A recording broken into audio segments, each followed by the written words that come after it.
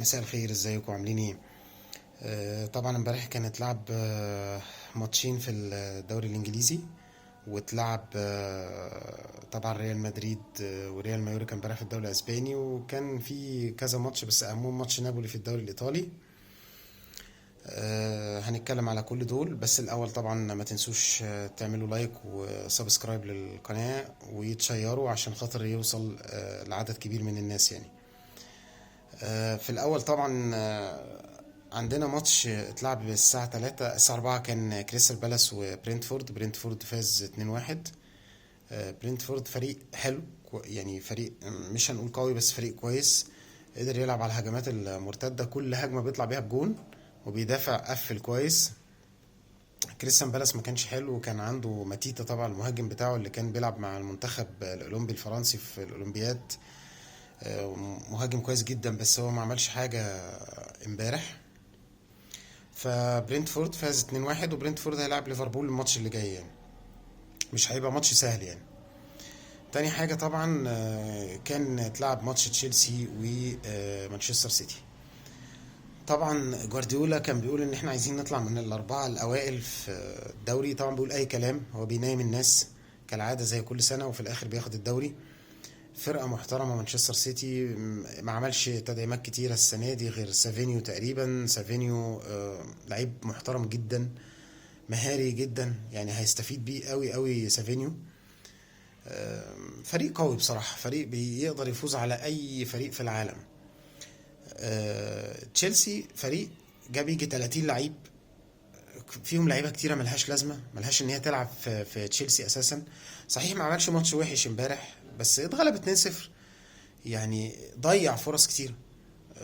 عنده لعيبه كويسه، لكن عنده لعيبه كتيره جدا جايبها ملهاش اي لازمه. يعني جاكسون المهاجم ده بصراحه يعني ما اعرفش بيلعب في تشيلسي ازاي. جاكسون ده ممكن ما يلعبش حتى في الفرق اللي بتنافس على الهبوط في الدوري الانجليزي. مهاجم تعبان جدا، ولا بيعرف يباصي ولا بيعرف يجيب اجوان، وعلى طول واقع في التسلل. فما اعرفش بصراحه، يعني لوكاكو ده احسن منه، مش عارف ليه يستغنوا عن لوكاكو النابولي ويخلوا واحد زي جاكسون. فيعني غريبه. تاني حاجه، ماريسكا ده هيحتاج، مدرب تشيلسي هيحتاج وقت عبال ما يظبط الدنيا ويظبط الفريق والحاجات دي كلها.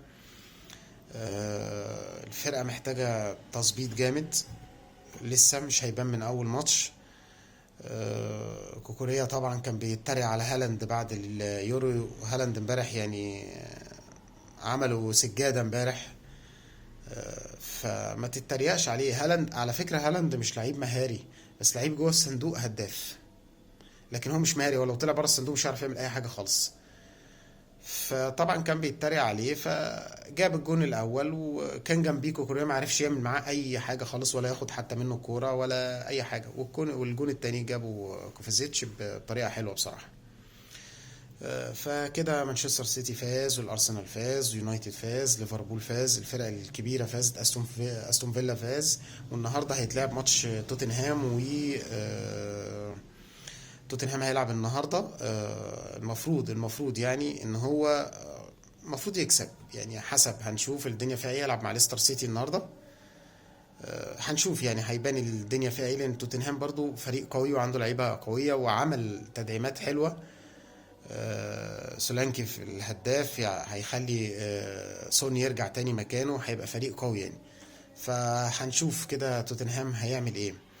امبارح برضو ريال مايوركا تعادل مع ريال مدريد، معرفش ازاي بصراحة. يعني ريال مدريد ده بيقولوا عليه فريق الفيفا. يعني التلاتة روديجر ومبابي وفينيسيوس، معرفش يعني مفيش دفاع يستحملهم. تعرفش كان مالهم امبارح، بس روديجيرو جاب جون امبارح، برازيلي طبعا.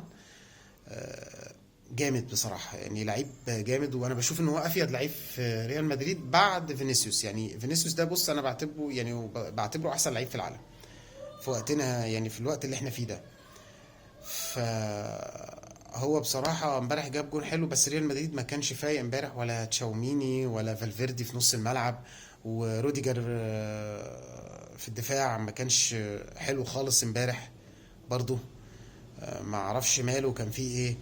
ففرقة ريال مدريد ما كانتش حلوة امبارح، ففقدوا نقطتين امبارح كده، نقطتين شكرا. وبرشلونة طبعا فاز على فالنسيا 2-1 في المستايا. ف طبعا يعني ايه لسه بدري، ولكن دي هتدي افضليه نفسيه لبرشلونه. وهنشوف اتلتيكو مدريد هيلعب النهارده مع فيلا ريال برضو، هيبان. هنشوف اتلتيكو مدريد هيبقى عامل ازاي النهارده. نابولي امبارح في الدوري الايطالي خسر 3 مع اول مباراه لكونتي، معرفش غريبه قوي يعني، من فيرونا. معرفش حاجه غريبه، نتيجه غريبه قوي بصراحه. وميلان اتعادل، وانتر ميلان اتعادل. كل الكبار، وروما تعادل. كل الكبار وقعوا امبارح، ما فاضلش غير يوفنتوس النهارده برضه هيلعب. هنشوف اذا كان هيقع ولا ايه، الدوري ماله فيه ايه، ولا هيكسب هو ويطلع فوق. فهنشوف هيبان.